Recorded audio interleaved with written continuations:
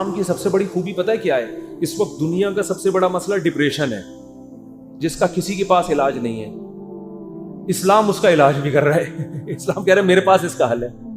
میں اگر لسٹ بنانا شروع کروں نا لوگوں کے فون سن کر کہ کتنے لوگ ہیں جن کے میرے بیان سن کے 5 سال سے ڈپریشن کی گولیاں کھا رہے تھے، وہ گولیاں چھوٹ گئیں، تو آپ حیران ہو گئے۔ آپ کہہ سکتے ہو مفتی صاحب آپ چٹکلے سناتے ہو اس لیے، نا وہ بیانات سن کے جو میرے بیانات اسپیشل اسٹریس اور ڈپریشن کے بارے میں ہوئے ہیں۔ آج مغرب کے بعد اسلام آباد سے ایک صاحب کا فون آیا، میں نے اتفاق سے اٹھا لیا، ارے مفتی صاحب کب سے تلاش میں۔ میں نے کہا کیا ہو گیا بھائی؟ کہہ رہے ہیں بھائی میں کئی سالوں سے ڈپریشن کی گولیاں کھا رہا ہوں، میری ڈپریشن ختم نہیں ہو رہی تھی، آپ کا میں نے ایک ڈپریشن کے خلاف بیان سنا، ڈپریشن کیسے ختم کریں یہ تھا یا پتہ نہیں کیا تھا۔ کہہ رہے ہیں میں حیران ہوں کہ میری ڈپریشن ختم ہو گئی، اور وہ تو کہہ رہے ہیں میں نفسیاتی ڈاکٹروں سے جا کے لڑ رہا ہوں کہ یار اس مولوی کے بیان سن کے میں ٹھیک ہو گیا، جو نہ ماہر نفسیات ہے نہ کوئی ڈپریشن پہ اس نے کورس کیے ہوئے ہیں، اور تمہارے گولیاں کھا کھا کے میں ٹھیک نہیں ہو رہا۔ تو میں نے اس سے کہا میرے بھائی یہ مولوی کا کمال بولو نہیں، ہم بھی جو خوش ہیں تو اسلام کا، ہم تو نہیں کہتے ہم سچی پکے مسلمان ہیں بھائی، ہم تو بہت ہی نالائق ہیں، ایک نسبت ہے اسلام کی طرف، وہ تسلیاں دیتا رہتا ہے ہم کو۔ وہ کیا کرتا رہتا ہے؟ وہ تسلیاں دیتا رہتا ہے، بھائی سب سیٹ ہے، کوئی مسئلہ نہیں، ہو جائے گی، صبر کرو، ٹھیک ہے نا؟ کیا مطلب؟ یعنی پریشانی دور ہو جائے گی، یہ مطلب ہے۔ آپ کچھ اور لے کے جا رہے ہیں، ویسے میں بھی وہی مراد لے رہا ہوں۔ اچھا خیر، اس کی ایک مثال دیتا ہوں میں، ایک مثال، اس سے آپ کو سمجھ میں آئے گی بات۔ کبھی کبھار نا مجھے جوش چڑھتا ہے تو میں فون اٹھا، ابھی بہت عرصے کے بعد میں نے فون سننا شروع کر دی ہیں، لیکن پھر وہ بھی اس لیے کہ اتنی بھرمار ہو جاتی ہے نا کہ لوگوں کی ٹینشنیں سن کے آدمی بھی تھک جاتا ہے، پھر میں بند کر کے رکھ دیتا ہوں۔ ابھی میں بالکل موبائل لیس ہو گیا، میری زندگی سے موبائل نکل گیا، تو میں نے کہا بالکل میں ویسا ہو گیا ہوں جب نیا موبائل ایجاد ہوا تھا، صحیح ہے نا؟ اب میں نے دوبارہ تھوڑا سا پھر ہونے لگا، پھر بند کر دوں گا۔ تو میں نے فون سنا تو کسی نے مجھے کال کر کے بتایا، ایک خاتون نے کہا کہ میرے ایک بچے اب بیمار پیدا ہوا معذور، دوسرا بھی اب مجھے دوبارہ ولادت ہونے والی ہے، میں اتنی ٹینشن میں ہوں کہ تیسرا معذور بچہ پیدا ہو، اور ٹینشن سے میری حالت ایسی ہو گئی، میں گولیاں کھا رہی ہوں، یوں کر رہی ہوں، اور میں جناب وظیفے پڑھ رہی ہوں۔ اور پھر مجھے کہنے لگی میں نے رات کو اتنا لمبا وظیفہ پڑھ کے جب میں سوئی تو مجھے خواب آیا۔ میں نے کہا میں نے بہت سن لی، اب آپ خاموش ہو جائیں۔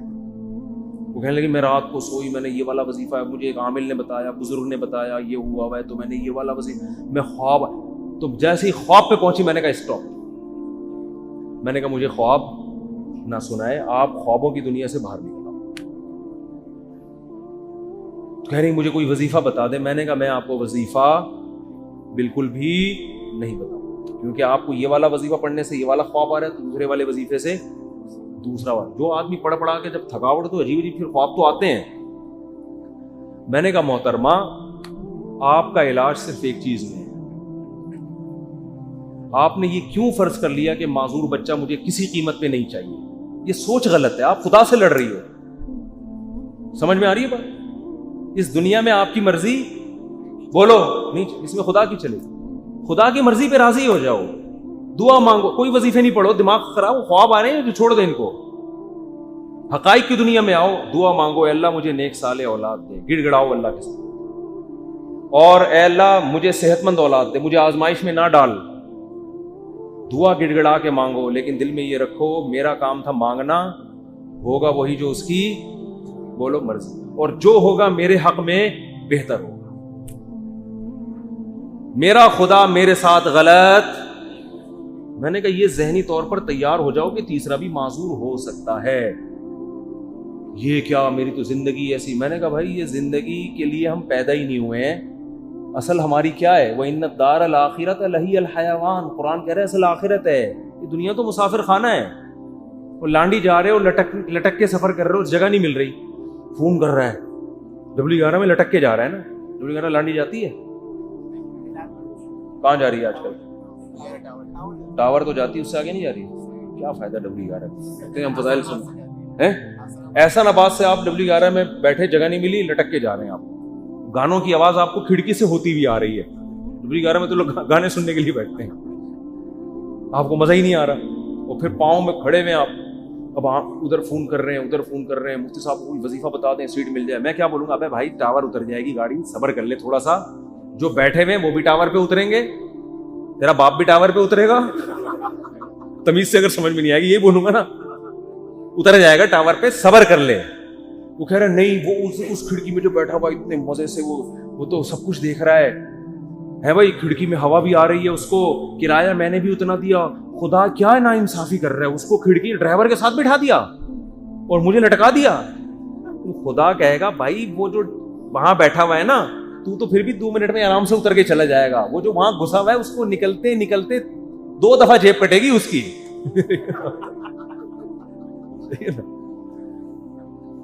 تو یہ ٹینشن برداشت کر لو. دنیا کیا ہے, مسافر خانہ ہے. تو میں نے کہا اس کے علاوہ, کیونکہ یہ ٹینشن ہی کوئی دوسری ٹینشن کھڑی ہو جائے گی. پھر میں نے اس خاتون سے کہا, میں نے کہا آپ کا معذور بچہ پیدا, اور وہ معذوری بھی ناقابل برداشت نہیں تھی, تو آپ یہ سوچ لو کہ دنیا میں بہت سے لوگ ایسے ہیں جو اس سے بھی زیادہ ٹینشنوں میں ہیں. میں نے کہا آپ کا شوہر اچھا ہے, آپ کو کھلا رہا ہے پلا رہا ہے, سسرال سپورٹ کر رہا ہے, بچوں میں ایک فالٹ پیدا ہو رہا ہے, اس سے بھی بڑی بڑی ٹینشنیں, ایسے ایسے میاں ملے ہوئے ہیں, مارتے ہیں پیٹتے ہیں, زندگی عذاب بنائی ہوئی ہے. ان عورتوں سے پوچھو گے تو وہ کہیں گی اللہ اس شوہر سے جان چھڑا دے, بے شک معذور بچہ پیدا ہو جائے, اس ساس سے جان چھڑا دے. میں نے کہا ایسے بھی لوگ ہیں فٹ پاتھوں پہ پڑے ہوئے ہیں, ایسی عورتیں بھی ہیں, کھانے کو روٹی نہیں ہے, وہ کہہ رہے معذور بچہ پیدا ہو جائے مگر عزت کی چھت مل جائے. آپ کو عزت سے چھت ملی ہوئی ہے, سسرال میں عزت ملی ہوئی ہے, شوہر شریف ہے, شوہر کھلا رہا ہے پلا رہا ہے, ایک ٹینشن ہے. اور یہ ٹینشن بھی اللہ کیا کہہ رہا ہے, میں نے ان کو حدیث سنائی, من سخط فلہ الرضا, نبی نے فرمایا جب اللہ کسی مشکل میں ڈالے, فلہ السخط, تو جو اللہ سے ناراض ہو گیا نا اللہ بھی اس سے ناراض, اور جو اللہ سے راضی رہا اللہ بھی اس سے راضی رہے گا, اللہ کی رضا ملے گی. بھائی ایک صحابیہ نبی کی خدمت میں آئی, عرض کیا یا رسول اللہ مجھے دورہ پڑتا ہے, کوئی مرگی کا یا کوئی آصف کا دورہ تھا کیا تھا, میں جسم کے کپڑے پھاڑ دیتی ہوں, بالکل ایسے ہو جاتی ہوں, اور میری طبیعت بہت خراب ہو جاتی ہے, آپ اللہ سے دعا کریں میری یہ بیماری ٹھیک ہو جائے. تو نبی نے کیا فرمایا, فرمایا ٹھیک ہے میں اللہ سے دعا کروں گا تمہاری بیماری ٹھیک ہو جائے گی, لیکن پھر جنت کی گارنٹی نہیں, پھر جنت کی گارنٹی نہیں ہے. عمل ہے, اچھا عمل ہوا تو جنت, میزان کا ترازو بھاری ہو گیا, نہیں ہوا تو کیا جہنم. لیکن اگر تم اس بیماری پہ صبر کرو اور اس اللہ کی تقدیر پہ راضی ہو جاؤ, جنت کی گارنٹی. کیونکہ اس صبر پہ جو تمہیں اجر ملے گا نا وہ اتنا بھاری ہوگا کہ اگر زندگی میں کچھ گناہ ہوئے بھی تو یہ نیکی ان گناہوں کو کیا کرے گی, کھا جائے, پھر جنت کی گارنٹی ہے. ان صحابیہ نے عرض کیا یا رسول اللہ جنت کی گارنٹی چاہیے, بے شک یہ بیماری ختم نہ ہو. بات آ رہی ہے سمجھ. اب اس خاتون کو ڈپریشن کیا ہو گئی, یعنی جو صحابیاں تھیں ان کو ڈپریشن ختم, بس اس بیماری کو گزارا کرنا, اسی میں گزارا کرنا ہے, اسی میں گزارا. اور جب انسان صبر کی ٹھان لیتا ہے تو قرآن کہتا ہے کہ اللہ کی طرف سے تسلیاں ملتی ہیں, تھپکیاں ملتی رہتی ہیں, اللہ بھی اس کا ہاتھ تھامتے ہیں. جیسے قرآن میں آتا ہے وَرَبَطْنَا عَلَىٰ قَلْبِهَا لولا الربطنا, کیا ہے, ان کادت لتبدی بِهِ لولا الربطنا عَلَىٰ قَلْبِهَا.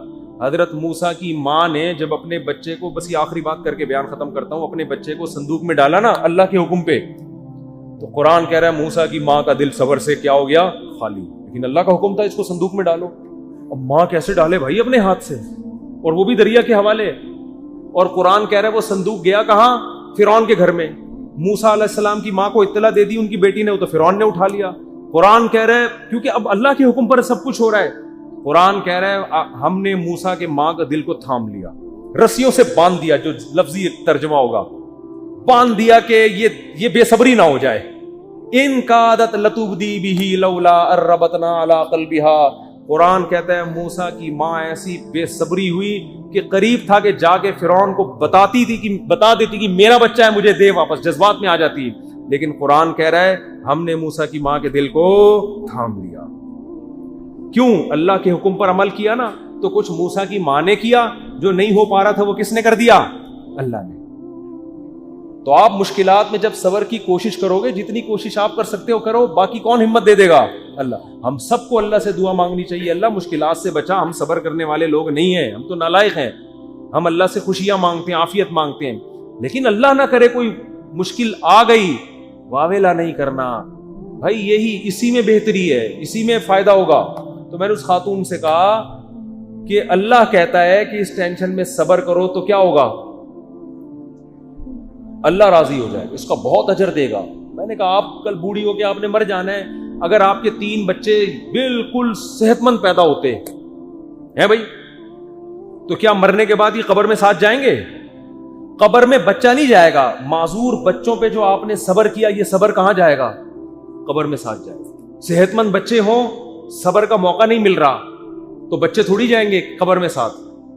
لیکن معذور بچے ہوں, آپ نے صبر کیا, تو وہ صبر قبر میں آپ کے ساتھ جائے گا. تو پھر انہوں نے ایک اور سوال کیا جو میں آپ لوگوں کو بتانا چاہتا ہوں. انہوں نے کہا لوگ مجھے کہتے ہیں کہ تم کوئی منحوس ہو, معاذ اللہ نحوست ہے تمہارے اندر, کوئی گناہ ہوا ہے جس کی سزا تمہیں مل رہی ہے, معذور بچے پیدا ہو رہے ہیں. یہ لوگ بڑے تانے دیتے ہیں نا, بچے نہیں ہو رہے تو اس سے کوئی گناہ ہوا ہے, کوئی بیمار ہو گیا, فالج ہو گیا. دیکھا ہم تو کہتے تھے بندہ ہی ٹھیک نہیں ہے. میں نے ان سے کہا, میں نے کہا یہ بات لوگوں کی غلط ہے, اس کو نہ سنیں. ہاں توبہ استغفار تو ہر ایک کو کرنا چاہیے اپنا, اگر کوئی گناہ ہوا ہے تو اللہ سے توبہ کرے, معاف ہو جائے گا وہ. لیکن میں نے کہا قرآن میں کیا کہتا ہے, اَيَحْسَبُونَ أَنَّمَا نُمِدُّهُم بِهِ مِن مَّالٍ وَبَنِينَ نُسَارِعُ لَهُمْ فِي الْخَيْرَاتِ بَل لَّا يَشْعُرُونَ. نبی کے مقابلے میں جو بڑے بڑے کفار سردار تھے نا, جو نبی کی ایک نہیں مانتے تھے, ان کو قرآن نے کہا کہ کیا یہ سمجھتے ہیں کہ ہم نے جو ان کو مال اور کثرت سے صحت مند بیٹے دیے تو کیا ہم ان سے خوش ہیں؟ فرمایا نا ہم اس سے خوش نہیں ہیں. ان کو پتہ نہیں ہے ہم ان کو دنیا میں نوازنا چاہتے ہیں تاکہ آخرت میں ان کا ہمارے پاس کوئی حصہ نہ رہے. اور نبی کو وہ تانا دیتے تھے کہ تم آپ کا بیٹا نہیں ہے بھائی, نبی کو تانا دیتے تھے آپ کا بیٹا نہیں ہے کوئی, اور خود 10 11 بیٹے لے کے گھومتے تھے. میں نے کہا اگر یہ بیٹے کثرت سے ہونا اور صحت مند ہونا اس کی دلیل ہے کہ اللہ خوش ہے, اس کا مطلب اللہ ابو جہل سے بہت زیادہ خوش تھا. صحیح ہے نا, عتبہ ابن ولید سے اللہ بہت زیادہ خوش تھا. یہ خوشی کی دلیل نہیں, اس کا مطلب اللہ ہمارے سابق صدر تو ولی اللہ تھے. پھر تو ہمارے سابق صدر 5 سال کامیاب حکومت کر کے گئے ہیں, جو نہ ایوب خان کر سکا اور نہ کوئی اور تاریخ میں کوئی ہمارا سیاستدان جو اتنی محنت کے بعد اوپر تک پہنچا وہ بھی نہیں کر سکتا. 5 سال کامیاب ہوئے, تو کیا اس کی علامت ہے کہ اللہ کے ولی ہیں؟ وہ ہے نہیں ہے تو اللہ ہی بہتر جانے, لیکن یہ اس کی علامت نہیں ہے. بہرحال تو بھائی یہ آزمائش ہے, صبر کرنا ہے. تو یہ تو اسلام ہی بتا رہا ہے, اسلام کے علاوہ نفسیاتی ڈاکٹروں کے پاس تو اس کا علاج نہیں. اگر کوئی اچھا ڈاکٹر ہوگا تو وہ بھی قرآن و سنت ہی کا حوالہ دے گا آپ کو. دماغی بیماری ہے بھائی, گولیوں سے تھوڑی بہت کور ہو جائے گی. بچھڑا ہوئے محبوب کا غم گولیوں سے ہلکا ہو جائے گا. ہلکا ایک آدمی کی شادی نہیں ہوئی جہاں وہ چاہ رہا تھا, وہ بھاگ گئی, ڈاکٹر ٹینشن کی گولیاں دے کے سلا دے گا. وہ جب اٹھے گا تھوڑے دن تک سیٹ رہے گا, اس کے بعد پھر یاد آئے گی. گولی کو کیا پتا کہ اس کے ساتھ اصل مسئلہ ہے کیا, گولی کو کیا پتا اس کے ساتھ اصل مسئلہ ہے کیا. گولی کو تھوڑی پتا ہے, وہ ٹینشن کی گولی تو سلا دے گی, تھوڑے کیمیکل اوپر نیچے کر دے گی, اس سے تھوڑا سا ریلیکس ہو جائیں گے آپ.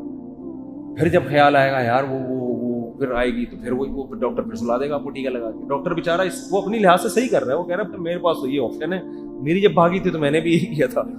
یہی ہے, یہ حل نہیں ہے. دماغ میں ٹینشن سے جو بیماری پیدا ہوئی ہے تو اس کا علاج کیا ہے بھائی؟ ٹینشن سے تو نکلو. پہلے آپ کو اچار کھانے سے گلا خراب ہوا تو اب گلا ٹھیک جب تک نہیں ہوگا جب تک پہلے اچار کھانا چھوڑو گے نہیں. وہ کھا رہے ہو آپ اور پھر غرارے بھی کر رہے ہو, گلا تو عجیب کنفیوز ہو جائے گا, یار یہ ہو کیا رہا ہے میرے ساتھ. تو اس ٹینشن سے تو یہی حل ہے. اب یا تو ٹینشن کا حل یہ کہ وہ بھاگی بھی واپس لے آؤ, وہ ڈاکٹر کے بس میں ہوتا نہیں, یا اس کے ابا مان جائیں, وہ کسی کے بس میں نہیں ہوتا. تو پھر یہی ہے بھائی, دنیا مسافر خانہ ہے گئی, تو ویسے بھی بڈھے ہو جانے تھے. بڈھوں کو دیکھ لیا کرو جو ان کے پرانے جو بوڑھے ہو چکے ہیں نا, وہ لیلا مجنو کو سوچ لیا کرو, لیلا کس قبر میں سو رہی ہے اور مجنو کس قبر میں سو رہا ہے. اب کوئی آپس میں ریلیشن ہے؟ کوئی پتھر سے نہ مارے میرے دیوانے کو, بم کا زمانہ ہے اڑا دو سالے کو, کوئی ہے ایسا ریلیشن آپس میں؟ کچھ بھی نہیں ہے, سب فینش. ڈپریشن کا علاج تو اسلام کے علاوہ کسی کے پاس نہیں, آخرت ہے بھائی. اسی آخرت کے تصور نے حضرت جابر بن عبداللہ تھے یا معاذ ابن جبل تھے, موت کے وقت آنسو نکال دیے ان کی آنکھوں سے. لوگوں نے کہا مر رہے ہیں اس لیے دنیا سے جانے کا غم میں، فرمایا نہیں نہیں نہیں نہیں نہیں، دنیا میں جو اللہ کے لیے ٹینشنیں اٹھاتا تھا ان ٹینشنوں کے ختم ہونے کا غم ہے. دیکھو ٹینشن میں آدمی خودکشی کرتا ہے اور خوش ہوتا ہے ٹینشنیں ختم. صحابی موت کے وقت غم زدہ ہیں کہ ٹینشنیں ختم ہو رہی ہیں. عجیب بات ہے کہ نہیں ہے؟ کیوں؟ وہ تو کہہ رہے ہیں اب تو بدلے کا وقت ہے، اب تو جنت ہے. وہ ٹینشنیں جو اللہ کے لیے وہ جنت میں تو ملیں گی نہیں. کسی نے پوچھا کیا ٹینشن؟ کہا کہ شدید گرمی میں روزے رکھتا تھا، بھوک پیاس اللہ کے لیے برداشت کرتا تھا. اس بھوک اور پیاس کی ٹینشن میں جو ایک سکون ملتا تھا کہ میرا رب مجھے دیکھ رہا ہے. افطاری میں جب آپ شدید بھوکے پیاسے ہوتے ہیں، مجھے تو بڑا اچھا لگتا ہے جب گرمیوں کے روزے، تو کم گرمیاں ہو گئی، بچپن میں جو ہم چھوٹے تھے نا اس وقت گرمیوں کے روزے تھے بہت شدید. اب تو اے سی آ گئے گھروں میں، سہولتیں ہو گئی، اس وقت بہت کم ہوتی تھی. ہم تو بہت کم عمری میں ہم نے روزے شروع کر دیے تھے. ہمیں یاد ہے اس وقت شدید گرمی میں کراچی کی جون کے روزے ہم اسکول میں رکھ کے آتے تھے تو نا شدید پیاس سے ڈھال ہوتے تھے. 1 یا 2 بجے کا ٹائم ہوتا تھا، پھر ہم نکل جاتے تھے محلے میں. تھڑے نہیں ہوتے، پیپل کا درخت تھا، اس کے نیچے ایک تھڑا تھا، 2-4 درخت تھے، وہاں تھڑے پہ سارے روزے دار آ کے لیٹے، کوئی یوں پڑا ہوا ہے کوئی یوں پڑا. ہماری مسجد کے امام صاحب آ کے لیٹ جاتے تھے، لڑکوں سے بولتے جا بھائی ٹھنڈا پانی لے کر آ میرے سر پہ ڈال. تو لڑکے مسجد کے امام کی خدمت کر رہے ہوتے، ان کے سروں پہ ٹھنڈے پانی کچھ 2 بچ گیا وہ اپنے اوپر تولیے گیلے کر کے. اتنی پیاس لگتی تھی. پیدل اسکول بھی ہمارا بہت دور تھا، پیدل جا رہے ہیں پیدل آ رہے ہیں. اب پڑھے میں کوئی کام نہیں ہو رہا. لیکن اللہ کو یہ ادا پسند نہیں آئے گی کہ یار یہ آخرت پہ صرف زبان سے یقین نہیں رکھتے، اپنے عمل سے بتا رہے ہیں کہ ہم آخرت کو مان. پھر ہم نہانے جاتے تھے نا، ہمیں اندازہ ہوتا کتنا ٹھنڈا پانی اوپر گرتا تھا، ایک قطرہ حلق میں نہیں نگل رہے. حالانکہ اب نگل لیں گے تو کوئی دیکھنے والا نہیں. لیکن نہیں بھائی، بتا ابا نے اماں نے، بھائی بہت لوگوں کو اپریشیٹ کرنے کے لیے میرا خیال ہے ٹھیک کام ہے. اور میں پہلے بتا دوں کہ ہماری زندگی میں بہت ساری عیوب بھی ہوں گے یقیناً، تو وہ میں نہیں بتاؤں گا اور بتانے بھی نہیں چاہیے. تو اس لیے یہ نہ سمجھیں کہ بہت ہی کوئی پہنچے ہوئے ولی اللہ ہے، جیسے ہی ہیں جیسے آپ لوگ.